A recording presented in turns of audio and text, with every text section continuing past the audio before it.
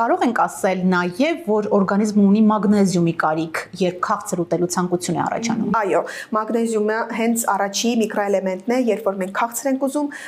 իր պակասը շատ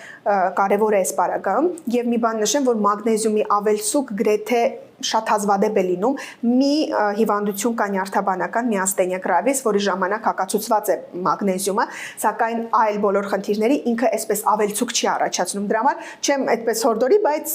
հնարավոր է նույնիսկ առանց բժշկի նշանակման մագնեզիումը ցածր դոզաներով օգտագործել, սակայն ավելի ճիշտ կլինի, որպեսզի դիմեն մասնագետին, նոր մասնագետը համապատասխան իրենց վիճակի, տարիքի եւ այլն նշանակի, կամ փոխարինել նույն սնունդով։ Օրինակ, ընդեղենը ինքը բավականին մեծ քանակությամբ մագնեզիում է պարունակում, ուրեմն դդմի սերմերը մոտավորապես մի 100-150 գրամը օրվա պահանջը կարող է լրացնել, բանանը